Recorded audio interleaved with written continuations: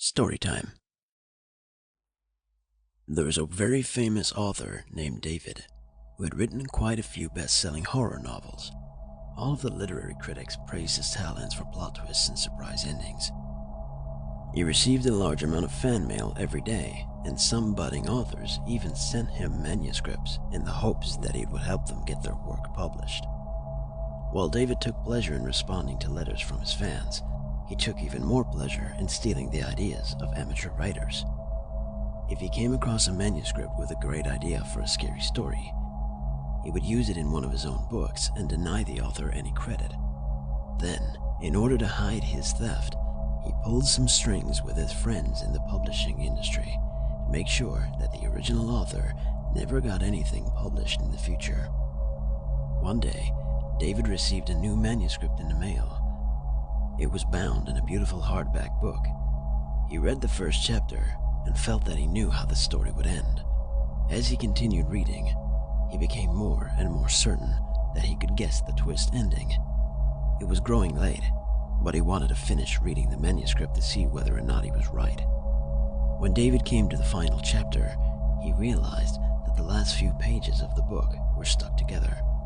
Anxious to read further, he pulled the pages apart. He felt increasingly tired, but he still kept reading. Finally, he came to the end of the book. It was exactly the twist ending he had anticipated. The husband had hanged himself just as the wife was committing suicide in the next room. David made a mental note to steal the idea and use it in his next story.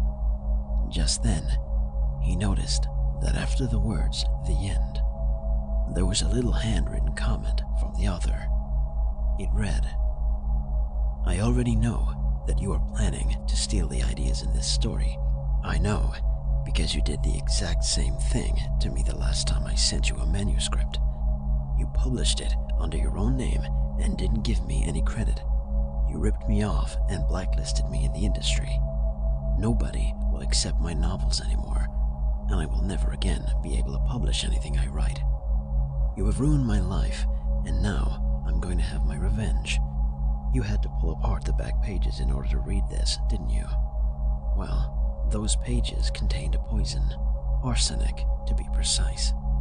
Are you feeling tired? That is normal. It's one of the symptoms of arsenic poisoning. Soon, your heartbeat will get slower and slower until it eventually stops permanently. Don't bother trying to call an ambulance. You will be dead before they arrive. You have already been exposed for too long. Goodbye, David." Some twist endings can be very hard to predict.